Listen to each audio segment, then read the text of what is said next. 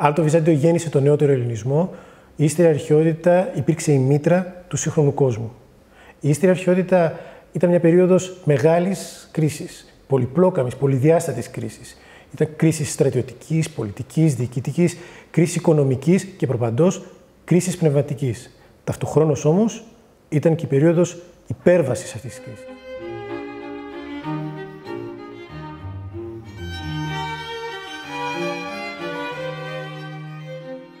Ένα κατεστημένο παρακμασμένο και ανίκανο να διαχειριστεί την κατάσταση που διαμορφωνόταν τότε, κατέρευσε με οδυνηρό τρόπο και τη θέση του πήραν νέοι άνθρωποι, οι οποίοι κατάφεραν να δώσουν λύσεις. Οι λύσεις αυτές δεν ήταν εύκολες, δεν ήταν αυτονόητες, ήταν επώδυνες.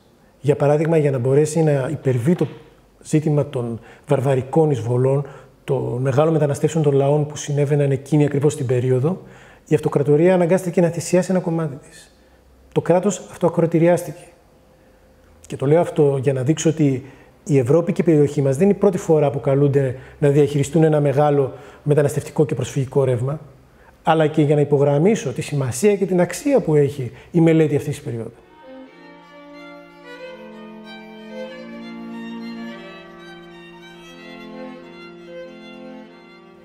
Η περίοδος ξεκινάει με τη διάδοση του χριστιανισμού, ο οποίος τότε έγινε η θρησκεία της πλειοψηφίας των κατοίκων της Ρωμαϊκής Αυτοκρατορίας.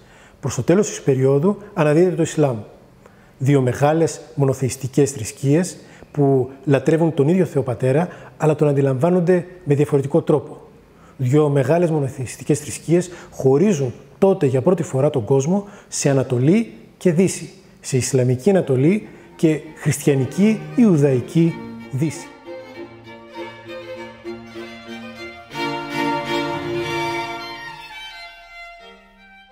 Παραλλήλα, εκείνη την εποχή εμφανίζονται ανάγκες και αιτήματα που είτε αντιστοιχούν σε δικά μας σύγχρονα αιτήματα, είτε τα προϊονίζουν. Παραδείγματος χάριν, δημιουργείται η ανάγκη για μεγαλύτερη εσωτερικότητα, για περισσότερη εξατομίκευση. Το άτομο ασφικτιά μέσα στο τείχος της παραδοσιακής οικογένειας και της μετακλασικής πόλης. Σπάει τον κύκλο. Δημιουργεί νέες οικογένειες που είναι θεμελιωμένες όχι πια σε δεσμούς αίματος, αλλά σε πνευματικούς δεσμούς. Ιδρύει νέες κοινότητες σε τόπους που ο κλασικός άνθρωπος ούτε καν θα διανοούνταν να διασχίσει. Και όλα αυτά με βασικό όχημα του χριστιανισμού.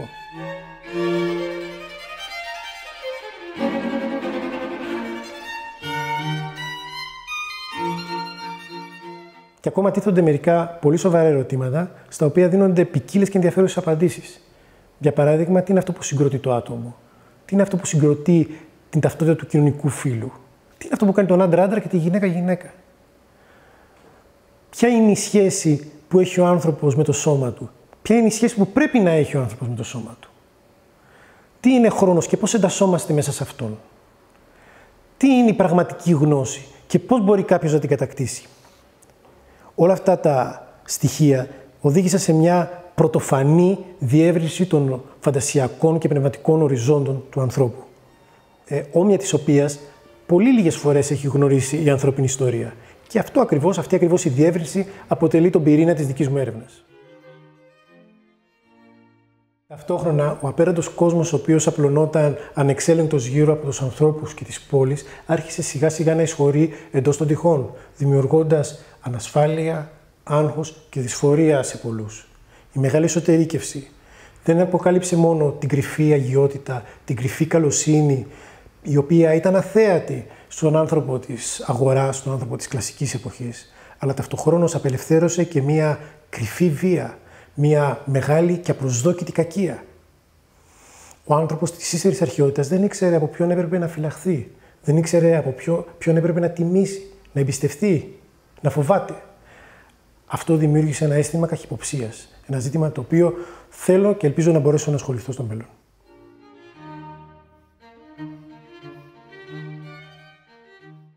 Η ιστορία, για να έχει νόημα, δεν μπορεί να είναι μια παπαγαλία ονομάτων, ημερομηνιών, πράξεων.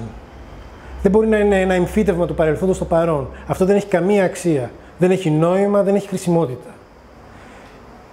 Δημιουργεί ψευδαισθήσεις μεγαλείου και αστείους μικρομεγαλισμούς. Η ιστορία πρέπει να είναι κομμάτι της ζωντανής μνήμης. Της λειτουργίας δηλαδή εκείνης που συγκροτεί την ταυτότητα των ανθρώπων και των κοινωνιών.